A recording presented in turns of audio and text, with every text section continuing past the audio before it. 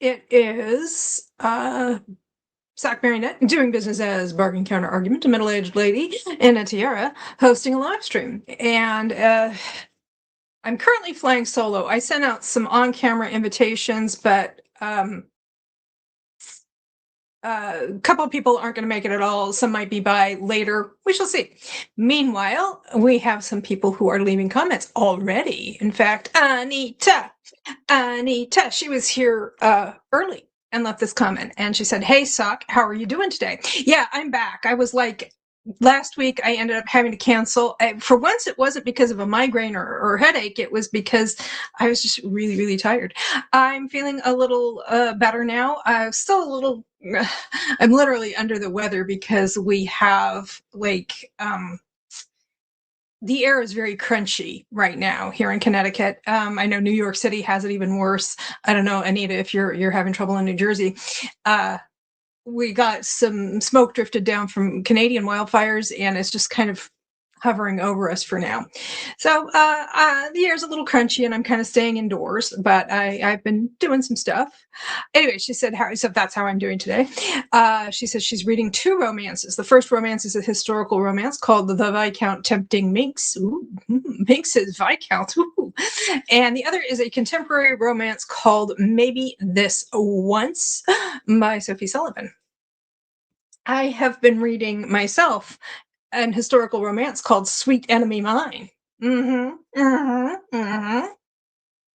Takes place partially in Scotland and partially at the court of King Charles I during the Restoration. So I'm almost done. I started it last night, and I've got about 80 pages still to go. There's a book club I belong to where we read prompts rather than a specific book, and the prompt for July is enemies to lovers. And they started off in Scotland because their families are from rival clans. This was published, I believe, in 1991. Yeah, 1991, and it's by Anna Lee. So and then I will be reading During the Sprints today, as you may have gathered from the thumbnail, for those of you who saw it, When Next We Love by Heather Graham, which you helped me pick out the week before last, Wednesday before last. This is a rockstar romance, back before we called them that. Okay. So that's what I've got going. I'll talk a little bit more in detail about this one in a bit after the 10 minutes of yuck. Hey, everyone, says Lisa. Hope everyone is well. Hey, Lisa, nice to see you again. I hope that the interviews and so on that were consuming your every waking moment are done with. That sounded like it was quite the project. Anita says, I was told not even to go out because I have a heart condition. Yeah, we're under a air quality warning as well, I think until like tomorrow evening or something like that. And I was going to go to the store. I was going to go to Stop and Shop earlier, but I decided that the air was just a little too crunchy and I didn't need to go that much. I wanted muffins because when it's this hot, I don't really want to bake muffins, but we have other stuff to eat. And then she continues, the air is very hard to breathe, and I like your word for it. It's crunchy. Yes, it is very crunchy. It was actually, I think it was in an old Rock Hudson Doris Day movie. I think it was Pillow Talk. It might have been Doris Day and Cary Grant. It might have been That Touch of Mink, where Tony Randall is like the second banana dude. And he's like talking about somebody wants to move to California. He's like, why would you want to go to California? It's all fresh air. Now, New York, we have air you can sink your teeth into, because at the time New York was better known for pollution than Los Angeles would come to be. But yes, crunchy. Danielle Dotson, L's book, says finishing 2150 by I know it's not Theodore. During Sprint's Alaskan Holiday by Debbie McComber, which I always thought her name was Macomber, but it's McComber. Yeah, because you've been reading 2150. That's an arc, isn't it? It's interesting. I'm curious to see if it's any good, if you liked it. Wyoming says, Barkity. Yes, the sky is a dark orange here in New York, and you can smell the fire. I haven't gone out to find out, but yeah. Because I know you're not too far from me in upstate New York. And Lisa in Wisconsin is saying with the heat and the air quality, it's just horrible. And dogs are getting cabin fever. Poor little dudes. And Anita says, that's an interesting book club. You are involved.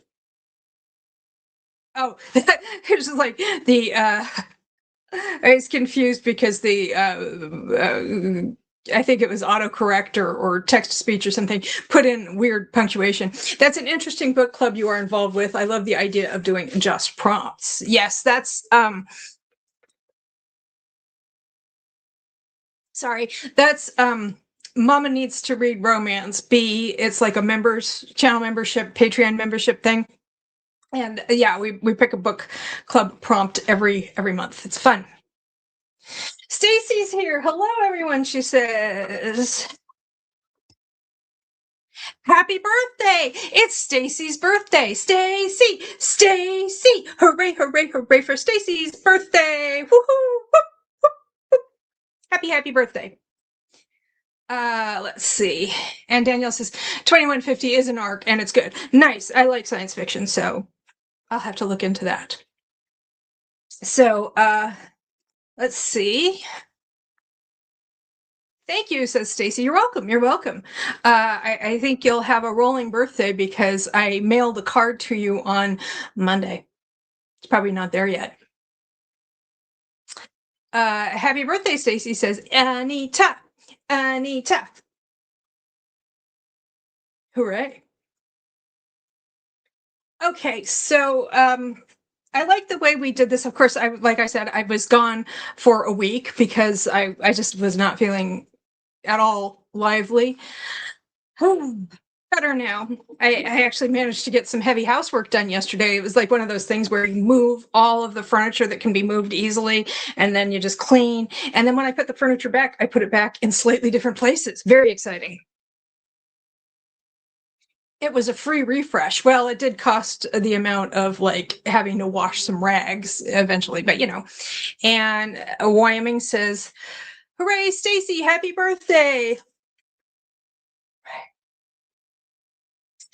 And Anita says, "Sorry, I'm using voice recognition. It doesn't like to spell things correctly." It was more like it put a period where one didn't belong. So I was just like, what, huh? Oh, I get it. I get it. There's a period and it should be like a comma or perhaps even nothing at all.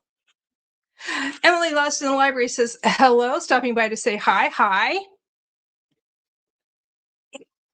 It's been 2 weeks, so you've probably finished soul searching, but I seem to recall that I was going to, 2 weeks ago during the live stream, I was going to get my reading journal and show you my spread for Soul Searching by Lila Sage, and then I never did, but here it is.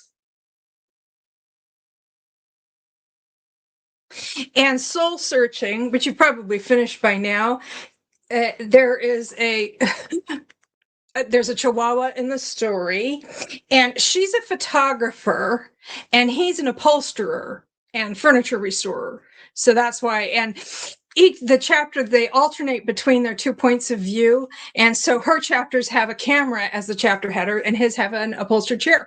And let's see. Oh, at one point she wears a corset top, and he's like, that top is designed to ruin men's lives, isn't it? And also there's a sort of ghost element to it. So that's why I set it up like that. And as you can see, I gave it 5 out of 5 stars. Maury is here and she says, "Hello, Sock and everyone. Nice to see you, Maury." And Stacy says, "Thanks to everyone." Again, for those of you who joined between now and then, Stacy's birthday is today. Brian is here and says, "Hopping on to hit the like button." Thank you so much. I hope everyone is having a great Wednesday. So far, so good, even though the air quality is really bad right here. And of course, you can always watch back later. And if anybody's watching this back later and not here live, thank you. I really appreciate you doing that. And I hope that you enjoy it. I know sometimes my mom, when I like go out on a long outing without her, she'll like be doing stuff around the house and she'll put on one of my live streams, just to have a voice. I was like, "Well, you can get that for free." And she's like, "Not when you're not here." Oh, okay. Emily says, "Yay!" Gwen is here and she says, "Hi, ladies. I'm reading Fireworks in Paradise, a TJ Jensen mystery." Nice. Love the spread, says Emily. Thank you. And Anita says, "I love that you used a notebook to do your reviews. I think it's great and it looks very nice." Actually, this was a reading journal. that Nicole, who I think her schedule changed and she hasn't been able to be here as often, but her birthday is tomorrow, by the way. She sent this to me for Christmas, and it's beautiful. And I've never really kept a reading journal before. And it has all kinds of different layouts. It has this kind of layout where you can just do a title per line. And then it has these more, let's see if I can find one this line, these more detailed layouts if you have a book you want to kind of highlight. So like that. And then it has some other features, and I haven't been keeping up with it lately. I just haven't been in a record-keeping mood. And also there are some pages, some layouts I don't use very much. So what I'm going to do, and I've already done this to a degree, is I have some photocopies of these layouts, and I'm just like pasting them into the back so I can, yeah, anyway. So I need to photocopy some more of those so I can kind of customize it even more. Okay, so first off, 10 minutes of yuck for those of you who have not been here. Oh, there's another comment. Emily says, I know I already wished you a happy birthday, Stacy, but I hope you are having a great day. Stacy. Oh, I have a new stuffed companion. She came in the mail a little over a week ago, and she came from Portland, Oregon. Anita says, I tried to use a notebook or reading journal, but it never worked for me. I just keep everything on Goodreads. Yeah, it never really occurred to me to keep one until Nicole sent this.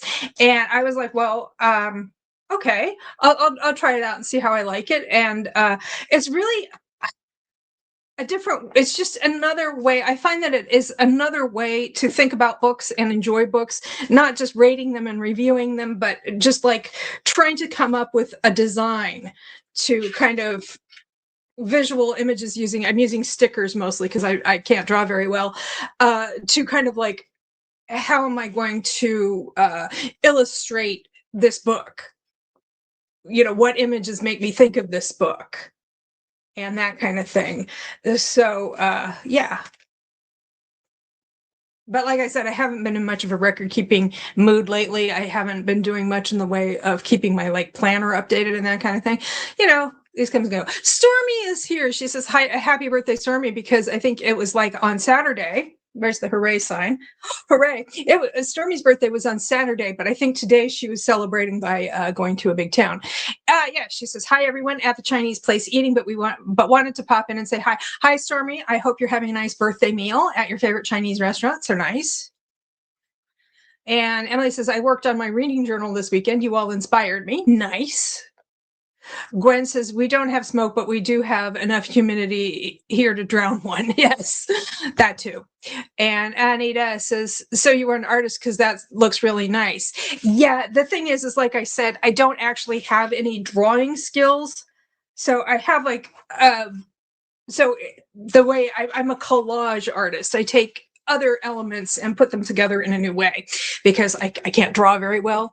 So that's my art. Okay, so, oh yes, my new stuffed friend who came from Portland because of eBay. Her name is, there she is. Her name is Gretchen Pickles. And she has this look like she is probably thinking mischievous thoughts. She's up to no good. I don't know why she wanted to move all the way across country, but I have a feeling that naughtiness was involved. Maybe she cheated in a yo-yo competition. Or maybe she was accused of cheating, wrongfully accused of cheating in a yo-yo competition. Anyway, so let's see. We want to get to the 10 minutes of yuck. I am not actually doing any housework today because I did it yesterday, and it's hot and crunchy and new. And Wyoming says, ha, I love the name. And Maury says, hi, Gretchen Pickles, waving from your home state. Shifty. Anita says, she reminds me of Pippi Longstocking for some reason with her haircut. Well, she does not have the braids sticking out, but it is a little messy. Mm-hmm. And Stormy says, you're good at taking stickers and making your journal look cool. Thank you. Yes. Sorry, when I picked up Gretchen Pickles, she kicked, I caused her to kick my book onto the floor. Thank you. Yes. Like I said, because I can't really draw, but I do have artistic vision. I need to find some ways to do that so that it, it, it looks the way I want it to. I have 40 green women. Maury says I have 40 pages left on Murder on the Orient Express. The yuck can wait. Yes. And then she's laughing. Okay, well, what I'm going to do is I'm going to get started on this book, When Next We Love. And I will read the summary again after 10 minutes of yuck and just let you know how it's shaking up the first 10 pages or so. So 10 minutes of yuck to do. For me, it's just going to be fun reading, and for Maury as well. But maybe other people want to like do a quick floor sweep or answer some emails or phone calls or whatever, or maybe just kick back and eat an ice cream. Good day for that. Or some cold fruit, fruit fresh from the fridge. Just make sure you wash it thoroughly, because they're pretty sure that parasite, that spore infection that's kind of making its way around the United States right now, they're pretty sure it's from bagged lettuce, but raspberries are also a concern. Any fruit raspberries, blackberries, any fruit that has like little crevices yeah.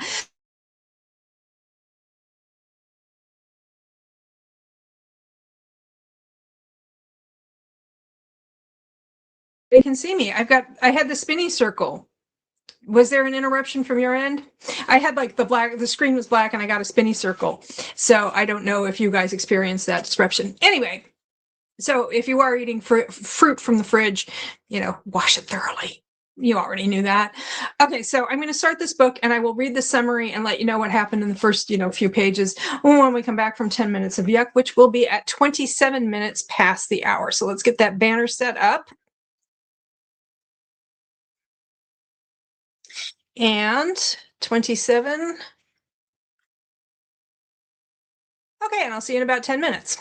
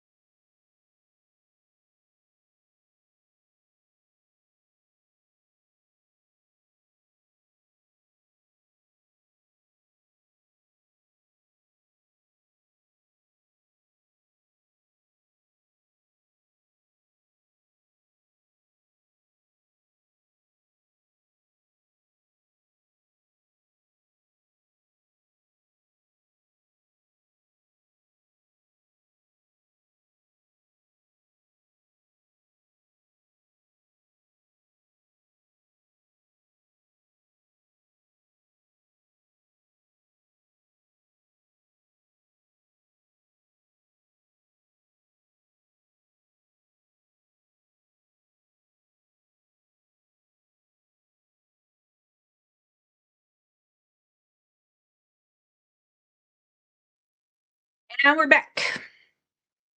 How's everybody doing? As you can see, I have an on-screen pal. Hi, sorry I was late.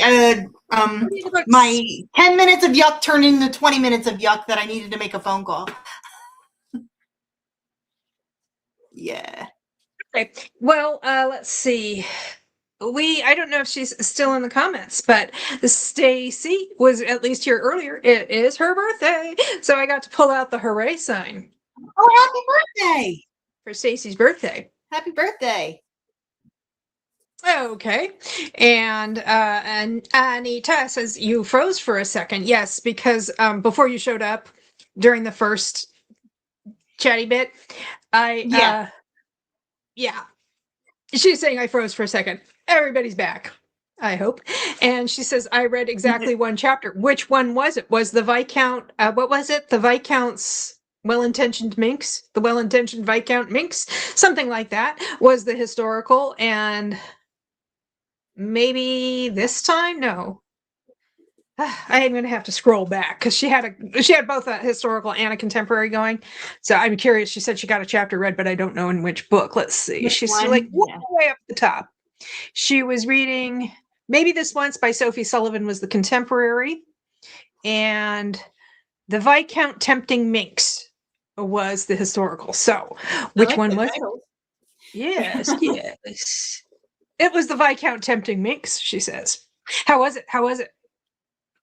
I started this book, the one that you guys helped me pick out 2 weeks ago. Yay! When Next We Love by Heather Graham. I did not read the summary before we went into 10 minutes of yuck. And I read this for the 10 minutes of yuck, which wasn't yuck. It was just, quick 10 minutes. Yeah. So I will read the summary and let you know what happened in the first few pages. But first, how have you been these last 2 weeks? I'm pretty good. Nice. Yesterday was a little bit busy. I had to get a procedure done yesterday. Everything's fine. It was just to make sure everything was good, like an endoscopy thing. So yesterday was exhausting, but I'm good today. So nice. And what are you reading? What is the book?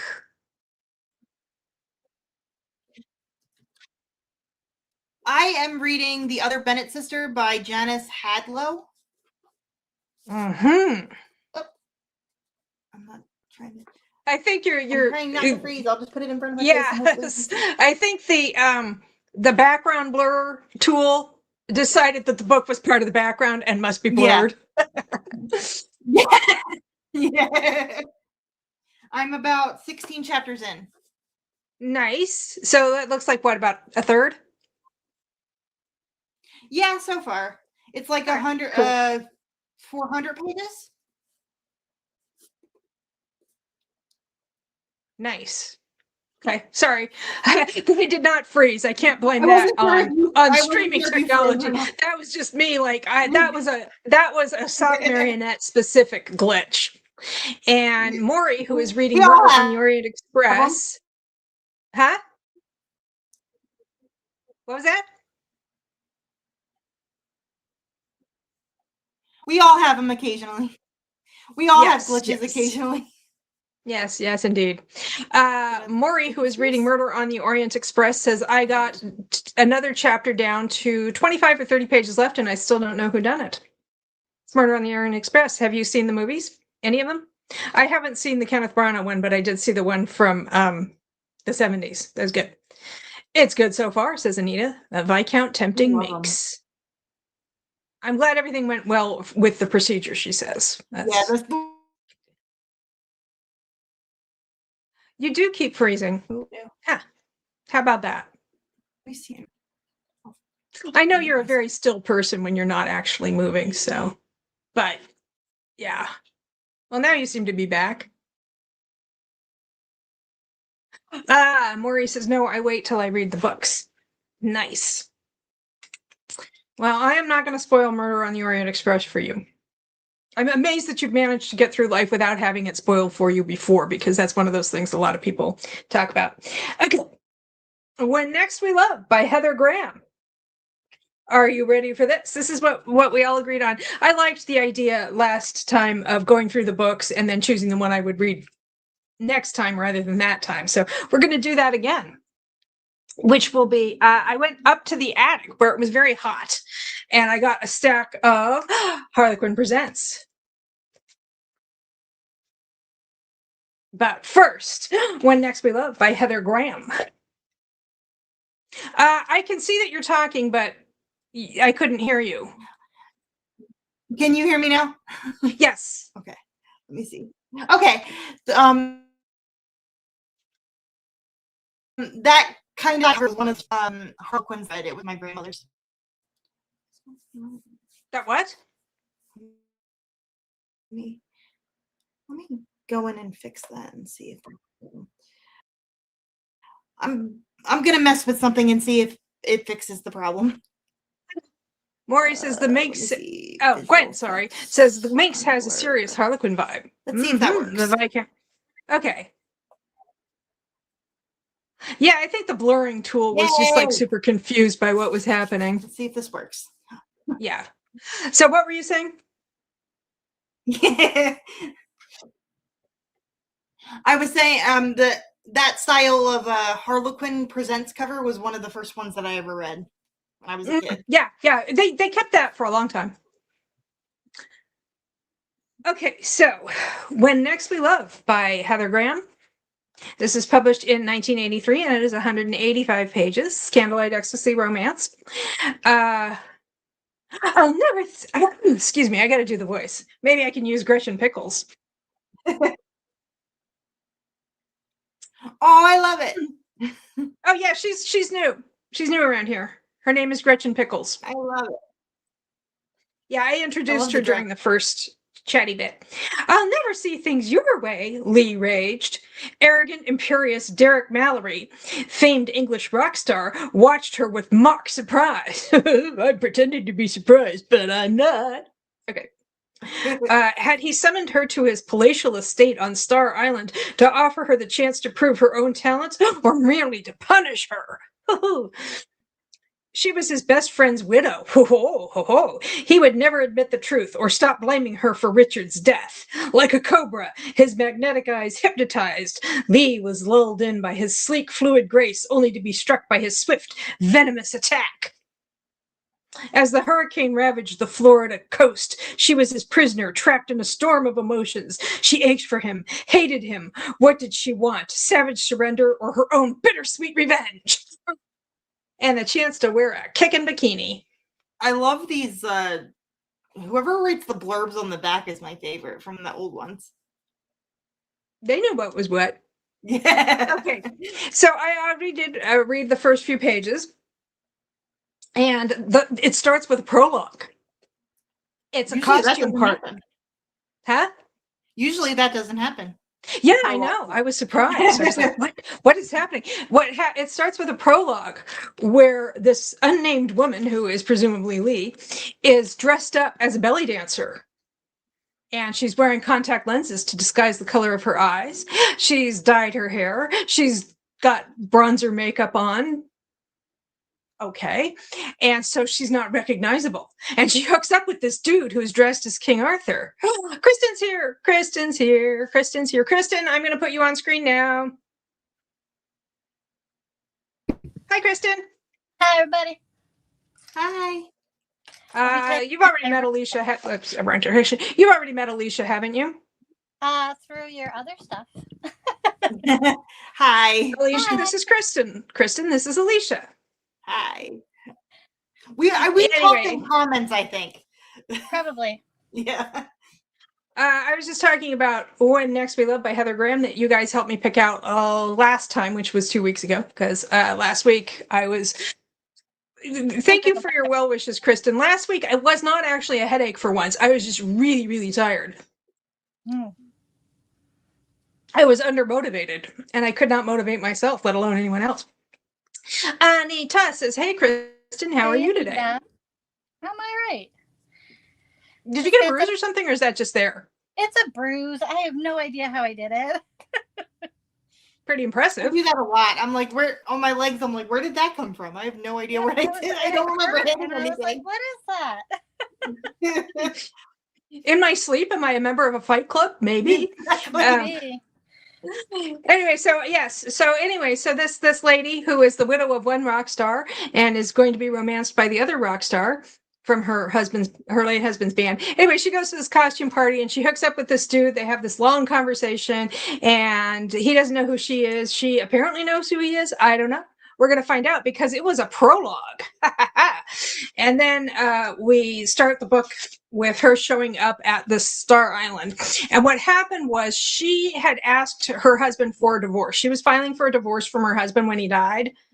And she's like, so she ended up being a widow instead of a divorcee just because timing. And Derek is really mad at her because he knew she was asking for a divorce. And he's like, your husband wanted a reconciliation. And she's like, I'm not even going to get into it because the reconciliation, she doesn't want to talk to this guy about it. And she's like, but she's thinking to herself, well, the reconciliation he wanted was that she would stay at home and just not do anything while he went out and slept with a bunch of people who were not her. Ew. And she's like, no, I don't want that kind of relationship. So meanwhile, she's also apparently a musician, and she had written some stuff with the band or with her husband. And she was working when the husband died, she was working on a project that her husband was like totally belittling her and telling her it would be terrible and nobody would want to engage with it. It was a rock opera about Henry VIII. So, and now Derek, her late husband's bandmate, is like, I kind of think that even though we hate each other, I think that we should get together and actually finish this work. And I think it'll be good. I think people will like it. So let's do that. So that's where I am. She has not yet put on the bikini. The hurricane has not yet happened. Gwen says, I am picturing Rex Smith or Lee Garrett. I don't know Rex Smith. I was thinking, what was that? Episode in Poker Face. There was something similar to this, where Poker Face. Yeah, it's got. Oh my God! Don't ask me names. But anyway, it was about one of the episodes was about a rock band that was trying to come back, and the wife was kind of like belittled and stuff. I don't know, but that's what it reminded me of. In my head, from the way she was describing him, this is what he looks like, according to the artist. As you may have seen, for those of you who actually had a chance to look at the thumbnail, I put in like 4 different covers that are 4 covers for the same book. So, including this one. And there's one that looks like it's just basically the cover of the movie poster for The Notebook. And then anyway, in my head, I was kind of picturing one of those Led Zeppelin guys, like Robert Plant or something. But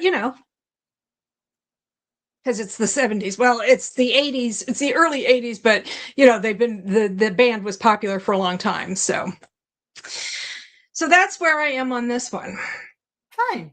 And I will update you after the next long sprint. But that's not all we have in the world of romance entertainment, because I'm going to need help picking the book I read next week. The next one. And I have a stack of 8 Harlequin Presents. So we have Love Lies Sleeping by Catherine George. Oh my goodness. So this, I'll just show the covers first. Flora Kidd, Wife by Contract. Anne Wheel, The First Officer. Hoo-hoo. Is that a yacht? That's a yacht. Rosemary Carter, A Sweet Imposter. Anne Cooper, Battle with Desire. I like that. Flora Kidd again, Tangled Shadows. Rosemary Carter again, Bush Doctor.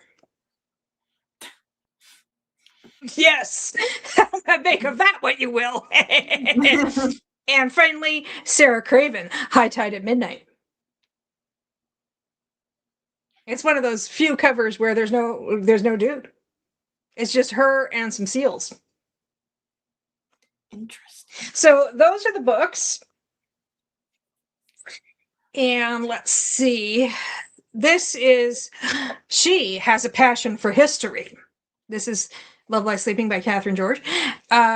So she has a chance to go into these family archives, and she once had a crush from afar on this guy, and she is now engaged to somebody else, and Harry, the guy she had the crush on, has become jaded, and he's not even particularly good looking. He couldn't compare to her handsome fiancé. Soon, though, to her rather guilty surprise, she found this was not entirely the truth. Mm-hmm. Oh, Maury says, if just on covers, I vote for the High Tide and the one with the yacht. Okay. I may be missing the ocean, says Maury. Okay, so anyway, so that's Love Lies Sleeping. And I'm going to put it head to head with Rosemary Carter. Bush Doctor. Make your own jokes. I'm too ladylike. I'm not ladylike. His sudden appearance gave Stacy a shock. Ooh, Stacy, like friend of the channel. Happy birthday, Stacy. By the way, Kristen, it is Stacy's birthday. I put my happy birthday in the Discord. Nice. Okay, so his sudden appearance gave Stacy a shock. My goodness, you startled me. Hey, you're that Bush Doctor guy, aren't you? Okay. Andre, his name is Andre. The name was torn from Andre 3000, one hopes. Andre. Love him. The name was torn from Stacy in an anguished whisper. Andre, oh. She had never expected to see him again, least of all here at a South African bush hospital. It's South Africa, and it's soon 1978. That's like playing Sun City. Yeah, this is apartheid South Africa. But it was Andre 3000, the man she'd tried so hard to forget. Now all the memories would return to haunt her. All the pain of unrequited love would come flooding back. It was a love that lay in the past, Stacy told herself firmly. A love that never could have a future unless could she dare to hope? Stacy, she is shocked. She's like, Andre 3000, what are you doing in South Africa during apartheid? You're not boycotting? What? And what are you doing with all the bushes? Yeah. Gwen says, Sock, get your mind out of the gutter. I was wondering if he was a tree doctor. No, he's a bush doctor. He's afraid of heights. Yeah, he at one time he wanted to be a tree surgeon, but he was like, I can't handle the heights, so I'm just going to stick with the shrubbery. Okay, so Love Lies Sleeping versus Bush Doctor. What do we think? I'm kind of curious about Bush Doctor, honestly. It sounds This is an historical artifact. Yeah. Because it is apartheid South Africa. And that's not talked about much, period. Yes, and I'm kind of curious to see how they handle that. Mm-hmm. Because I think Rosemary Carter herself was of British descent who lived in Zimbabwe. And this was around the time that Rhodesia was becoming Zimbabwe. I think that's her background. I'm not entirely sure.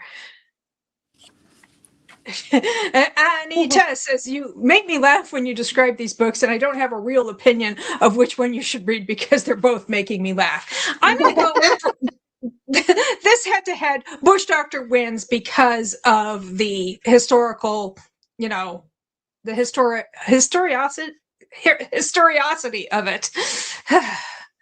Yes, my degree in history is several years old. So this one is getting gently tossed over to the other couch. There we go.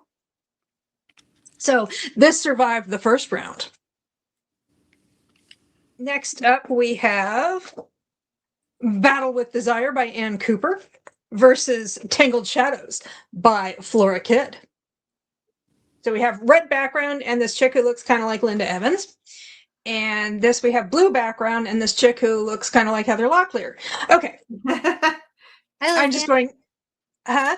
I like the Ann Cooper cover. Okay. I was going in a dynasty kind of direction. Okay, so Tangled Shadows.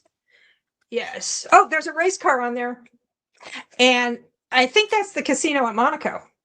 So I think maybe we've got a race car Grand Prix kind of deal. I'll never give you a divorce. Oh, no.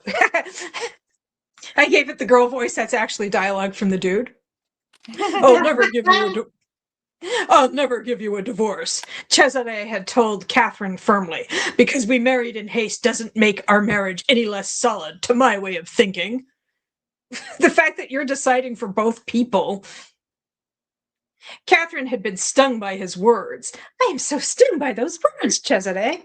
Is that even how you pronounce it? We haven't known each other long enough for me to know. It was true she had married him on the rebound. Oh, this gets better and better. But she had left him because of her love, to free him to marry the beautiful Sophia Barzini. I'm in love with both of you. I want you to be happy together.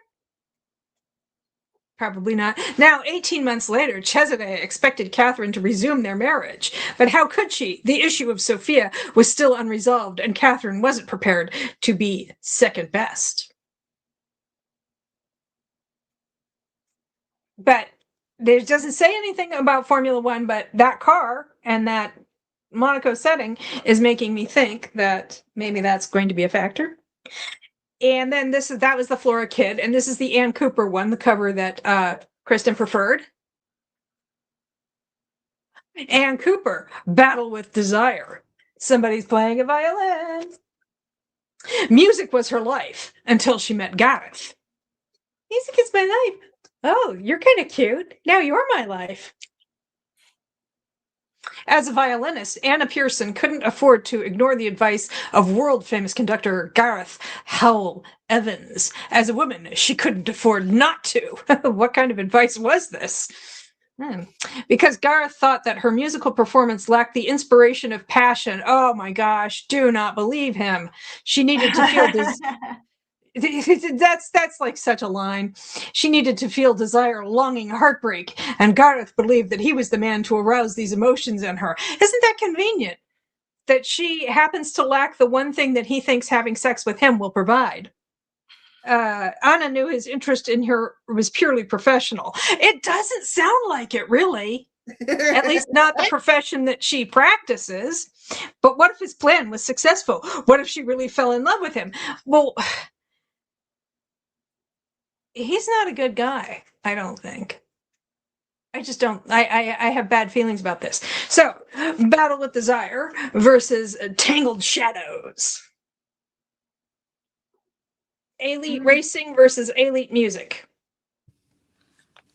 I'm sticking with Ann Cooper. Yeah, I would go with that one. Okay. I'll see you later. Okay, so that was. We still have 2 sets of 2, and then we can do some more head-to-heads. But first, maybe a nice long Tangled Shadows, says Lisa. Sorry.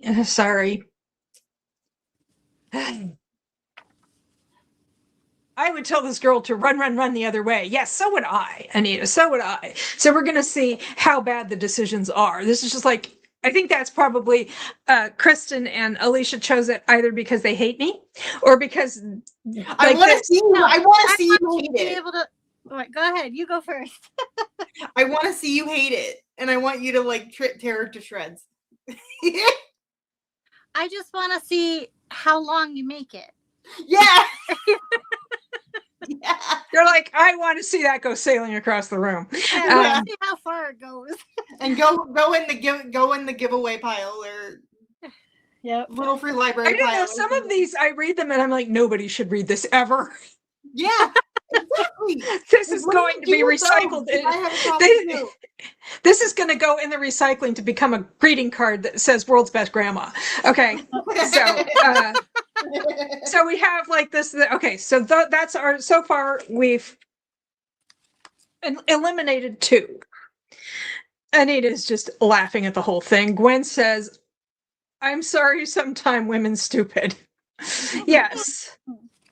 Well, what do you want to bet that conductor dude is like at least 10 years older than she is? And 10 to arrogant, 20. all that jazz. And if she's a child prodigy, she hasn't had a whole lot of real life experience. That's true. But the way to get it is not by sleeping with somebody who has power over your career. No? Yeah. Oh, Gwen thinks, not Gwen. I keep getting Gwen and Maury confused. Maury says, LOL, they are plotting. She senses that you two have a conspiracy going. Okay, so yes, so we have a couple of car crashes. Oh no. And they're not the Formula One book. Okay, so how about a nice long sprint where I can read this book and people can do what people do during sprints, and then we'll come back and I'll let you know what's happening with this rockstar romance, and we can go through some more books. How does that sound to everybody? Sounds good to me. And that's Gretchen Pickles. What's up, Gretchen? Well, Kristen had already seen a picture of Gretchen Pickles. Oh no, or had you? I think I posted one in the Discord. Maybe. Gretchen Pickles. The group. Yes. Okay, so we are going to be sprinting for, let's say, 45 minutes. Oh no, that means I have to do math. No, actually, we're going to sprint until 45 minutes after the hour, which gives us slightly over 50 minutes of sprint time. Just because I don't want to sit here and do math. Oops, I want to edit that, not show it. Sprinting until 45 minutes past the hour. So almost an hour of time to get stuff done. Nice. And I will update everybody when we come back. See you later. Happy reading.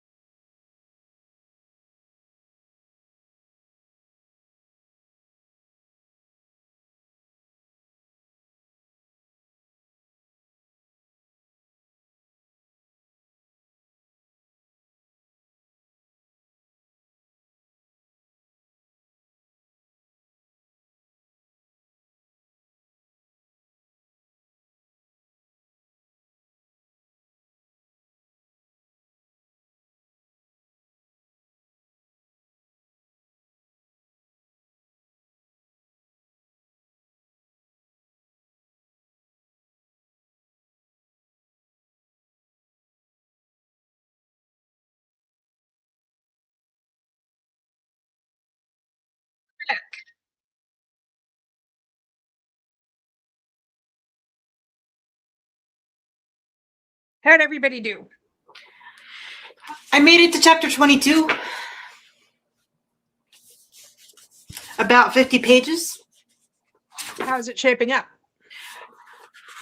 It's really interesting it's the book from the perspective of Mary Bennett, who you don't get a lot of point of view from in the original Pride and Prejudice, so it's really interesting. Is it well written and stuff? Yeah. And she's written like she was just fighting with her mom because her mom didn't want her to get glasses. So that's where I'm at now. Jen? I am doing a buddy read with my friend Steph from My Kind of Steph. Where's the Paladin Prophecy by Mark Frost. Uh-huh. Is that Mark Frost, the X-Files guy? I don't know, but it reads like an X-Files episode, so I can look that up. But I'm liking it. I have no point of reference to. It's not like any other book that I've read. And I want to say it's like a middle school to a high school book. Nice. So, and I'm still in the world building part where I'm trying to figure out what this kid has that the Men in Black and stuff want from him. So, oops. I'm going to check in with comments and then I'll let you know what's going on. Carmen showed up and said, "Hi, everyone. Late as usual. Still reading Jane Austen at Home by Lucy Worsley. Should finish it today." Nice, nice. Anita finished the Viscount. Where's the sign? Finished the Viscount Tempting Minx, and I'm going to give it 4 stars. 4. And she gets the hooray sign for finishing a book. Yay! You can see it's gotten darker here because of the clouds and everything. I think it's going to rain this evening because now all the light's coming from over here. Anyway, and Kim is here. Hey, Kim. Hey, y'all. No reading today, but wanted to hop in and say hi. Thank you. Appreciate it. Going to head back to the library and pick up book 6 of Seaside Knitters. No ebook, so physical book it is. Well, that would usually be my preference, would be for the physical book. But thank you for stopping by. Hope everything is okay. And Carmen says she made it 88%. Nice. Well,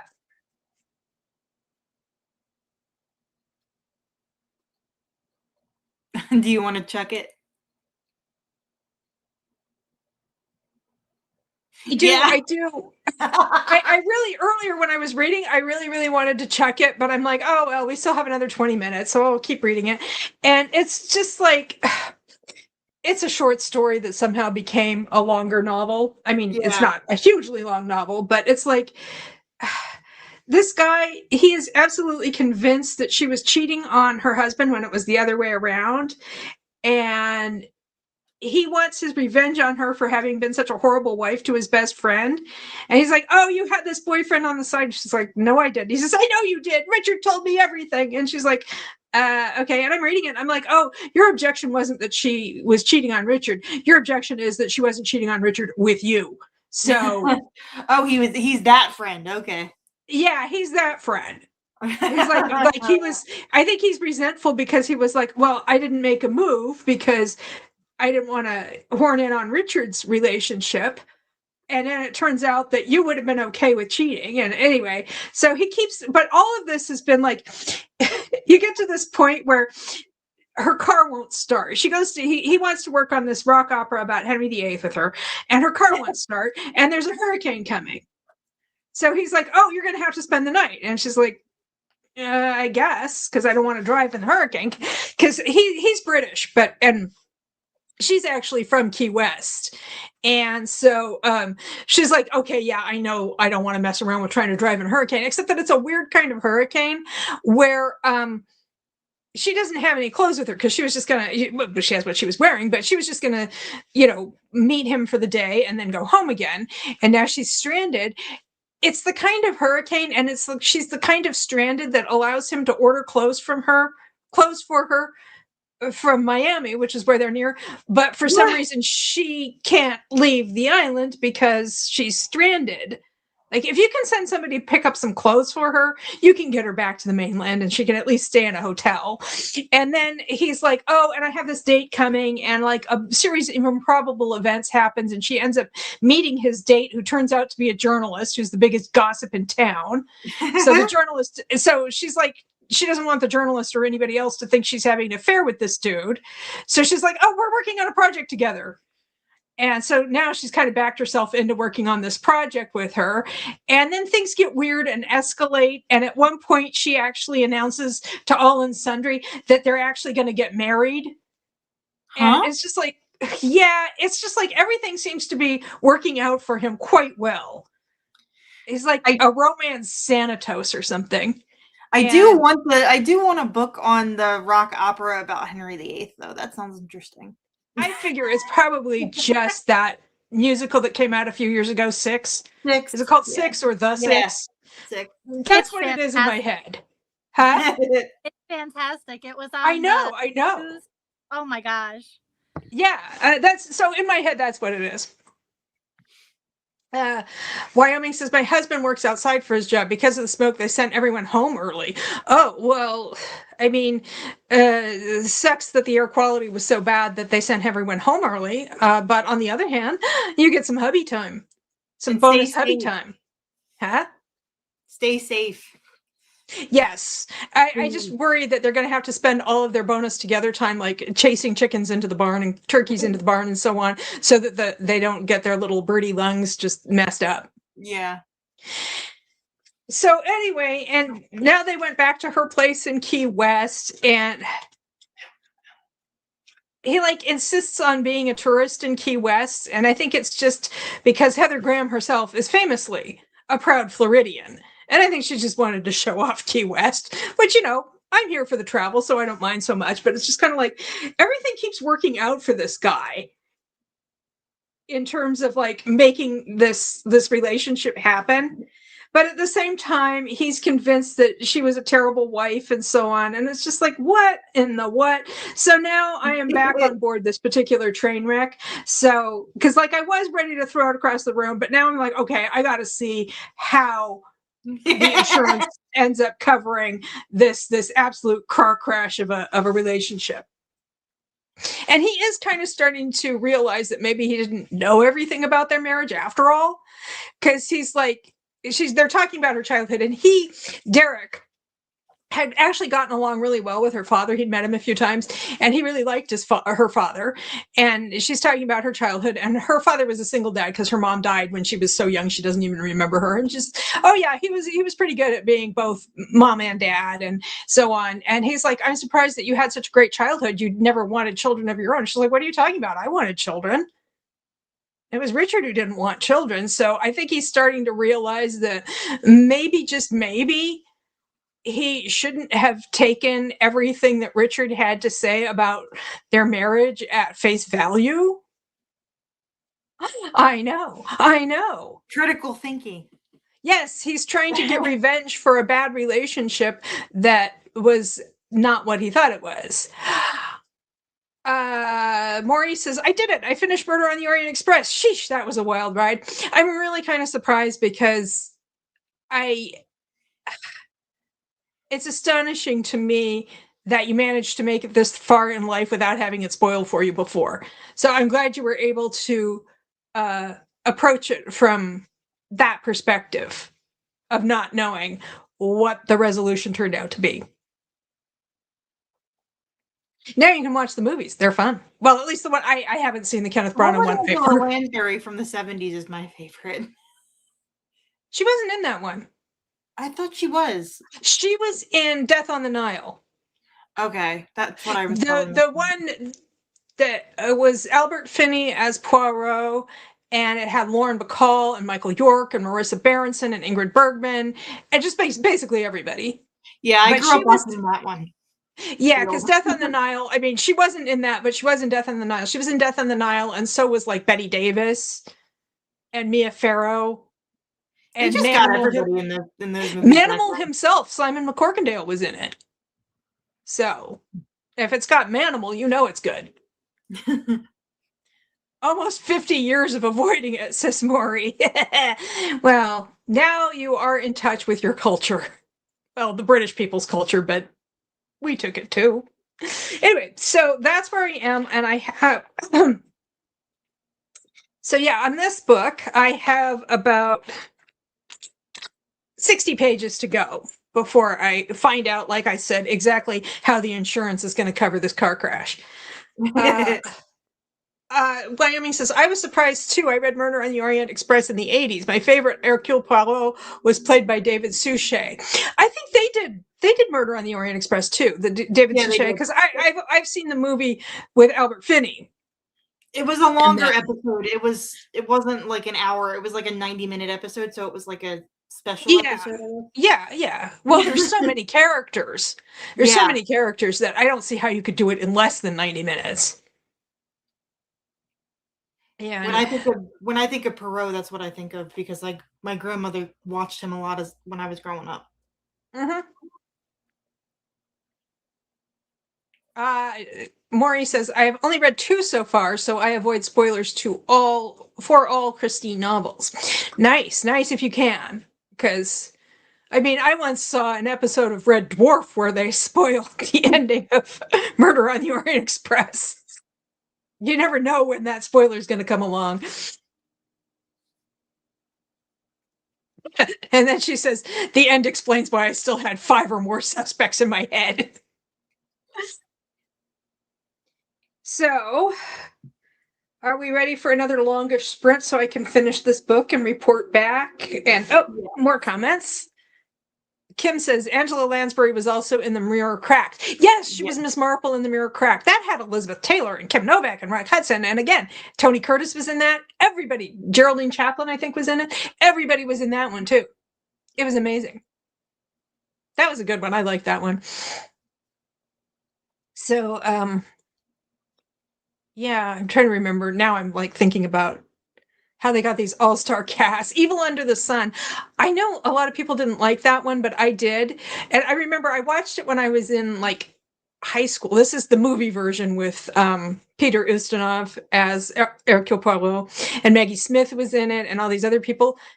And again, Manimal himself, Simon McCorkindale, was in this one too. And I remember watching it and thinking, oh, the scenery is so beautiful. I want to go there. And I looked at the credits to see where they filmed it.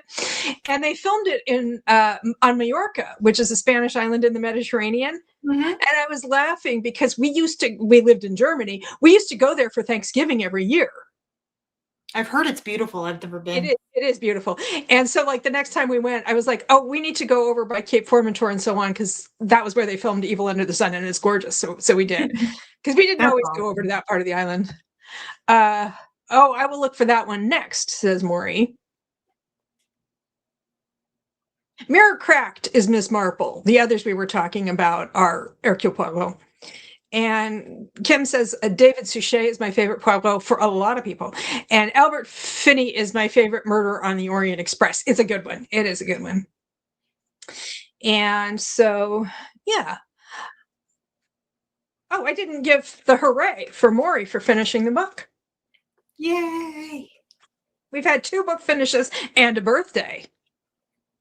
And Kim says, I love all that you've mentioned. Cool.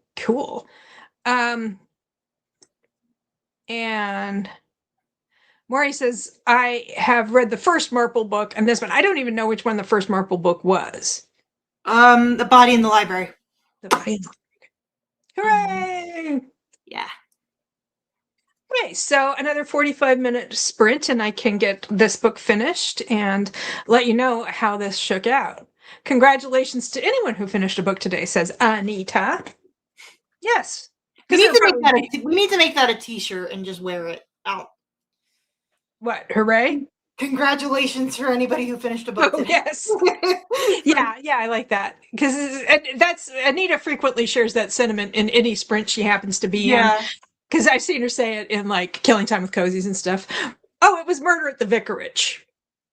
Was it? I thought apparently so. I read them so out of order, I get them mixed up. Yeah. And Kim says, my daddy got me hooked on Agatha Christie. Oh, I hope your daddy is continuing to do well. Her dad has like has been dealing with prostate cancer. So sending all the positive energy your way. Indeed. She updated I was in a sprint the other day where she updated and she was like, yeah, he's continuing to do well, I think. And Joan Hickson says Wyoming was my favorite Miss Marple. Nice. And Maury wants that t-shirt. Oh, am I about to become a drop shipping queen? I'm going to have to share any profits with Anita because it's her phrase. Yeah, exactly. Anita, you should make that your merch. And Kim agrees that Joan Hickson is also her favorite Miss Marple. Oh, mesothelioma. I thought he had prostate cancer. Ooh, yeah, I mean, it's not good news either way. I'm sorry, I was I was hoping for good news on the wrong illness. Oh, okay. Well, yeah. Because yeah. Well, thank you for letting us know. Okay, so we are going to go until 45 minutes past the hour again, so that gives us like 44 minutes. Kim says that's okay, yeah. And then Anita is laughing. I think about the t-shirts and the drop shipping. I don't think she's laughing about mesothelioma because that is not funny. I know what she's talking about, and it's not Kim's dad. Yeah, okay. No. Just in case anybody was wondering, we're going to go till 45 minutes because that way I don't have to edit the banner. Sounds and I good. should be able to finish this. Yes. And whoops, Anita says, Kim Nelson, hope he's doing better to Kim. And Kim says, prayers, good thoughts are good either way. Yes, I've been thinking good thoughts because that's what I do.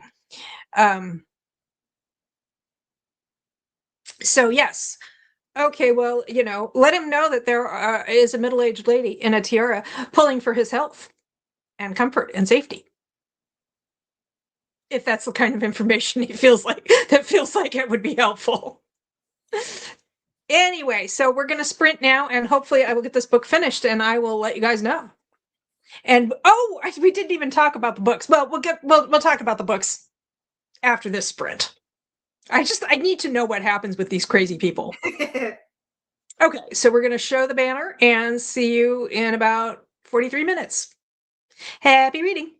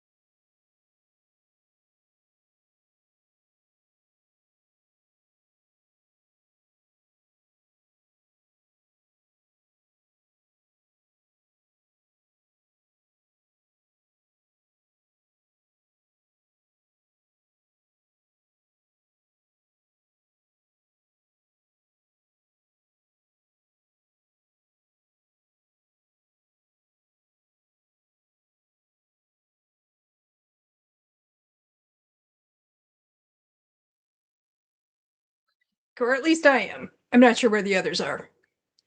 Let's see. We had a comment but during that last sprint where Kim was saying about her father. He is doing good. He and my stepmother are going to Missouri next weekend to meet the newest great grandbaby. Nice, about 2 months old. And Anita says, congratulations on the newest member of your family, unless there's been another one born in the last 2 months. How was your sprint, Alicia? Good. I made it to chapter 24. Nice. Is it continuing to be an enjoyable read? Yeah, she's falling in like with Mr. Collins, if you've ever read Bride and Prejudice. I have not. But I'm happy for them both. So we'll see what happens. Nice. Kristen's still bustling around. Yeah, I finished my buddy read for the day, and then I've been working on Hemlock and Silver by T. Kingfisher. Uh-huh. And I got through about a year's worth of snail mail. Nice. Yeah, that's what I was doing on the floor. I was going through all my mail. Well, I figured it looked like you were sorting something. Well, I finished this book, so I get to pull a hooray on myself. It turned out part of the reason he was so resentful of her was her husband died in a car accident, and she asked him, like, he wasn't there in the car, but the band was on the West Coast while she was in Florida, and so he was like around when her husband died, and he was like, there weren't any drugs, there was nobody else in the car, there weren't any drugs, no alcohol or anything like that, so it was just like an unfortunate tragic accident. And then he goes into her husband's study in their house, and she hasn't gone in there because she just does not want to deal with any of it. And he finds a letter that was addressed to him. And he learns that the car accident, which he never told her, but he knew it was self-inflicted, deliberately so. So, like, the husband did it on purpose, but he didn't know why until he found this letter. And the letter was explaining that her husband had actually been diagnosed with some kind of wasting nerve disease. Okay. And so he crashed his car because he was like, you know, he wanted to go out in a car accident rather from a lingering illness. But, you know, Derek, the male main character, he was like, he knew that it had been, but he thought that the guy was just despairing because of his marital situation. So, but then they have to resolve it because he still thinks that she was having an affair with somebody, but now he's like, he thinks she was having an affair because her marriage was so bad. So he's like, oh, well, don't worry, we're going to get married. It'll be fine because I will make sure you never have a reason to feel emotionally unsatisfied and have an affair. She's like, I did not have an affair. And he's like, stop lying to me. So they have to figure out, because of something the husband said in his last letter. And it actually was the husband, like, apparently not being explicit enough for Derek, who is just such a dope.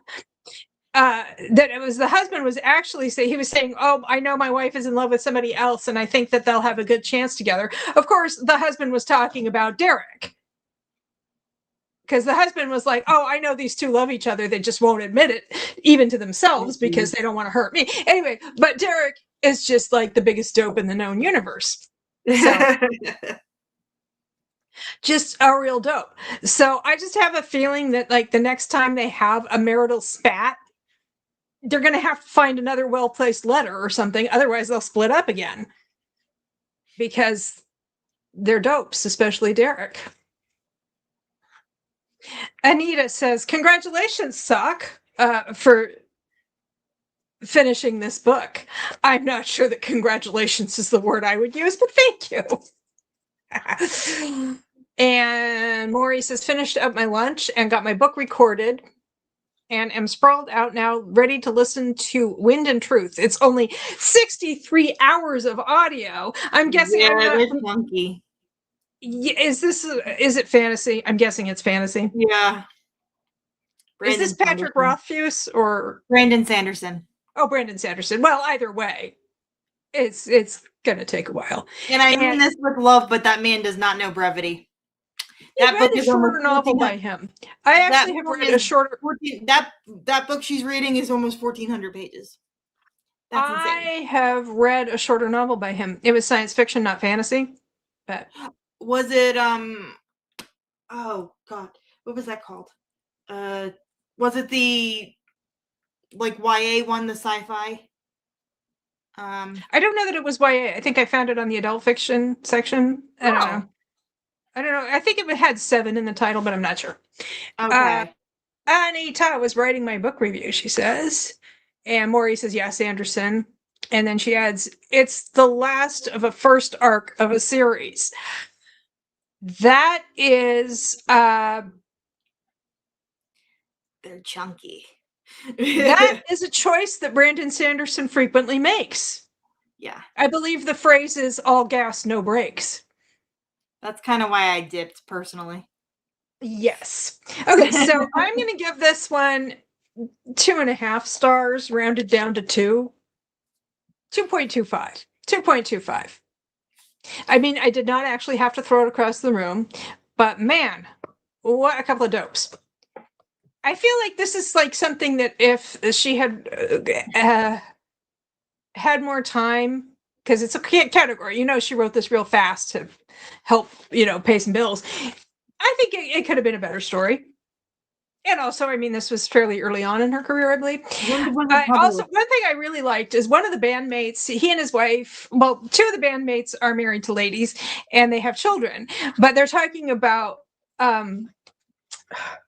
the daughter, the one that the oldest child that anybody in the band has had. Derek and Lee, the main characters from this book, end up taking care of her for the night. And he knows exactly what to do about all of it, about like she has like a little tiny fever and he knows what to do and everything. And she's like, how are you so good with this? And he's like, well, when she was first born, we were all panicking over every little thing. So we all made sure to learn how to take care of babies. Oh. And I thought that was so sweet that like the entire band was like, oh yes, well, we're going to, there are probably going to be more babies and we're tired of panicking every time something happens. And would it be nice if all of us knew what to do under these circumstances? So I thought that was really cool. So I think this could have been like a longer book, a little more nuanced, maybe a little more of those band interactions, and maybe a little less of them having the same argument over and over again until it's like suddenly resolved by a magical letter. So I think that there was a lot of potential here that just for whatever reason was not fully realized. And of course, I'm reading this in 2026 and it was written in 1983. This book is more than 40 years old. So some of the conflicts don't really make a lot of sense in a modern context. I don't know that they would have made a lot of sense back then either, but there is that. And Maury says, I have read most of his books. I love his standalone books. His standalone ones are really good. This is why she's behind on Agatha Christie. She's been busy reading Brandon Sanderson. It's the long series books that are a lot to get through. Yeah, well, it is fun. Oh, this is the last book of the first arc. And I'm not going to continue it for the next 10 years. So if it's a cliffhanger, you're kind of screwed. I know. And then I was like, when I found that, I was like, I'm done. LOL truth. I'm not judging anybody else. Like, LOL truth. Well, I'm always afraid to get into a series by an author who's older than I am, and especially if they're not in great health. George R.R. Martin. I'm also a little afraid to get into a series by an author that's younger than I am. Because somebody's outliving somebody, and one way or another, I am never going to find out how that ends. He's my age, says Maury. Okay.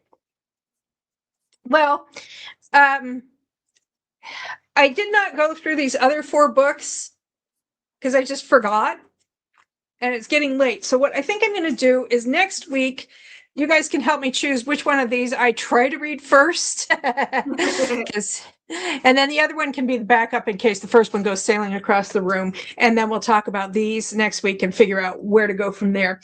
There is one thing I wanted to do before we ran away, which I also forgot about, even though I had the stuff right next to me. And that was after I did my last library unhaul video, Kristen was like, did you go to the library? Did you just return them? Did you check out anything more? And I'm like, I just returned them. I didn't check out anything more, but I went to the little free library. So What you get? Mini haul. I got The Unexpected Everything by Morgan Matson, which I think is YA. Andy, this is Andy. She's Andy. It's Andy with an IE. Andy had it all planned out. Important internship? Check. Amazing friends? Check. Guys? Check. As long as we're talking about no more than 3 weeks. She knows what's what. But that was before her dad's political scandal, before having to be in the same house with him, before walking an insane number of dogs. Look at the good little doggies. Look at the good little doggies. That's adorable. And that was before Clark and those few months that might change her whole life. Because here's the thing. If everything's planned out, you can never find the unexpected. And where's the fun in that? So it looks like there's summer, ice cream truck, dogs, bonus content inside. And it is a step back, but it's the boring kind where it's just like blurbs. But there's some kind of game on the inside, so. Okay, I think I got this because there's a game where certain things are worth a point. I think it's like a scavenger hunt, maybe. So, anyway, that was intriguing to me. And let's see. My Dearest Duke by Kristen Vaden. That dress is gorgeous. And that house is really nice too. The Duke's secret could be his downfall. Rolls Haywind has always shied away from the spotlight of his brother's dukedom, worried it would bring too much attention to the family secret he's been trying to run away from. Now that the title of Duke belongs to him, Rawls has more responsibility than he ever thought he would. He'll need help, but he's not sure he can trust anyone to share his concerns until he reconnects with Lady Joan Morgan. Joan has a secret of her own, one that would cause a terrible scandal should it be revealed. She longs to tell Rawls the truth about her work for the War Office, but she's afraid it'll ruin the connection they've rekindled. But the longer Joan waits to tell him, the harder they both could fall. So I wonder if this is like Spies and Second Chance. So it is Regency. And finally, this is another history. Oh wait, what was the year on this one? Oh, this is 2022. And this one is 2016. And then this final one by Stephanie Blake is 1990. It's called The Devil in My Heart. That's a very 90s cover, and I kind of love it. Well, it's like this book that I'm also reading. But it's like ships and stuff. There's a boat. I'm on a boat. Okay. In an age of forbidden passions, a searching heart longs for freedom. A strict upbringing in King William's England had taught beautiful Samantha West that it was a woman's place to be seen but not heard, obedient and unquestioning. But headstrong Sam was determined to speak her mind and follow her independent heart at any cost. When her wealthy and influential father could no longer tolerate her stubborn temperament, he sent her to Salem, Massachusetts. to live under the watchful eye of her puritanical brother. There she would discover the perilous price of straying from society's rules, withstand trial to damning accusations. But she found shelter in the warm embrace of handsome Raymond Grant, who unearthed the fiery passion beyond her wildest dreams. The Devil in My Heart. From the glories of Old England to the shadows of the Salem witch hunts, acclaimed author Stephanie Blake captures the tempestuous spirit of a passionate heart and the fury of desire unleashed. The Crucible After Dark. Okay. This is like, yes, this is the director's cut of The Crucible. I just did that on mute. Huh? She went dun dun dun, and I was doing that well. Yeah. More ocean, says Maury. Yay! My ancestors lived in Salem for a time. They got there very early on, and they had beat feet long before the witch trials began. They moved to Providence because they were Anabaptists. It's true. So anyway, so what you got coming up this week, Alicia? I am finally getting back to filming this week. Yay. I've got a stack of stuff to film. Nice. And I'm hoping to get back to like my regular posting of content, because just July seems to be like insanely busy. Nothing bad, just more busy than I was expecting. So I'll be doing a lot of videos, so you might get really sick of my face in a couple weeks. It seems unlikely. Anita says very interesting books, one hopes. How about you, Kristen? What's coming up? I have to film the next stops for the Princess Cruise that Bee's been doing. I've been jumping on her boat basically and making my content go with her.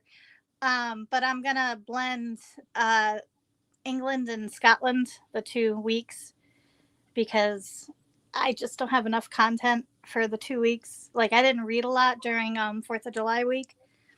And I don't know. I have a question. So, you know how I did the 12 days of Bookmas and I opened up a book from A Blind Date with a Book last year? Yes. Mm-hmm. Should I start buying them now? Because if I buy 2 books a month, it won't be as expensive as waiting all the way until like November to buy them. I would do it slowly. Do you mean these? Yeah. I don't know. Probably. I think getting them in advance, spreading out the expense. Mm-hmm. That makes sense to me. And okay, it might prevent you from getting the same book a couple times as well if you spread it out. Right. Well, that's my fear is like if I start getting them. I mean, I don't really care if I get a summary book in December, but I don't know. Like, I was afraid that I would get many of the same. Right. Yes. So, well, I think you could probably write to them and say if you get them now, because I don't know. Because if you got a whole bunch at once, you could probably, because you were getting a lot at once, you could say, please just make sure there aren't any dupes. Whereas when you spread it out, it's harder to ask them to do that. Yeah, because there's a comment section and a lot of them that you can write in. So, like the Rip Bodice did. That's cool. Okay. Yeah. Because when I got them from the place that does the fancy wrapping, I have this one that I haven't opened yet. I have this one that I did. Now, I ordered a romance, and this turned out not to be a romance. Yeah. I was a little disappointed. I mean, I kind of enjoyed it, but it was like, I thought it was going to be a romance, and it was really not. Because it's about this couple who, they're already married and everything. The only strain on the relationship is the emotional and financial wreckage of fertility issues. Ooh. But I mean, they're still committed to each other. It's like, it's not like they're breaking up over it. It's just causing stress. as it will. Yeah. And then she makes friends with somebody, and it's kind of an interesting friendship, and it's really about that. So, but the romance part of it, because she and her husband have a solid relationship, even with the financial and emotional stress of going through fertility issues. So it was really much more, it was women's fiction, but it wasn't a romance. Now, this one is allegedly paranormal romance, but I haven't gotten into it. I'm saving it for a rainy day. There's not enough paranormal romance, like Blind Date with the Books, in my opinion. I love paranormal. There's a huge paranormal section at Book Barn in Niantic, my favorite place on earth. Well, it's not my favorite place on earth, but it's close. So I could totally make you a blind date with a book for paranormal romance. That's an idea too. All right. I got some. And Chris is like, maybe I could just get Sock to do it. Maybe I can just write to people and be like, hey, if I send you the Chris is like, oh yes, persuading Sock. She will pay me if she gets to go to Book Barn. And I have a local bookstore near me that does Blind Date with the Books every month. If you're looking for they'll have different sections, like the one section's middle grade, the other section's thriller or whatever. Cool. Yeah. And they're all used. So they're all lightly used. Very cool. This one. If you give me your library card number, I will request books for you and have you pick them up at the desk. And you won't know what they are, and it'll be free. That'll be fun. Yeah. That's fun. I like that idea. We'll figure out how to do it in a way that is, because like I said, that's free. Nobody even has to pay postage. Yeah. Because when it gets closer to the holidays, postage is going to go bloop. Yeah. Well, postage just went up too. Yeah, and it's going to get worse during Christmas. So I'm like, ugh. Mm-hmm. Mm-hmm. Maury says our bookstores are doing more and more blind date books. Having it done by friends would be fun, maybe. Our libraries will sometimes do it, but they haven't done it recently. So yeah, mine didn't do any either. I wish mine would, because I love Blind Date with the Books. I wish they would. Well, we'll figure it out. We'll figure something out. Anita says, thanks for the sprints. Have a good rest of your week. Be safe. Stay cool. Hope to see you all soon. Back at you, Anita. Anita. That's a great idea, says Maury. Thank you.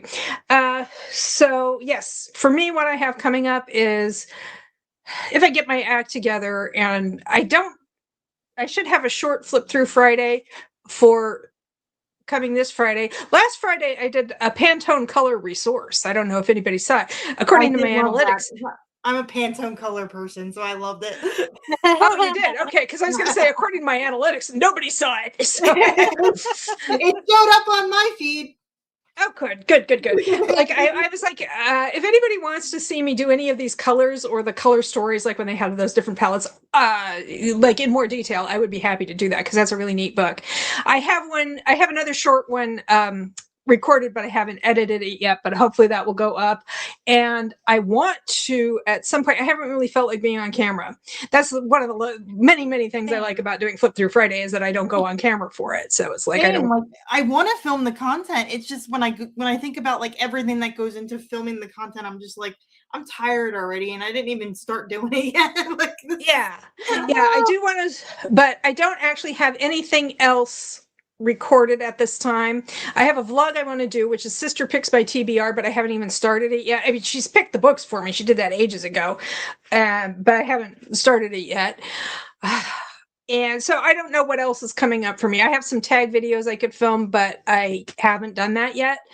So I'll be tagging you in some tags this week, so you'll get some. I think the next one I do will probably be mid-year book freakout tag. Yeah. So, because I haven't done that. I was like trying to decide whether or not I was going to do it. And I'm like, you know what? I think I will. Let's see. But again, I have to record it. Let's see. I think I'm not going to do as many videos as I did because in June I ended up, I was a beast in June. I think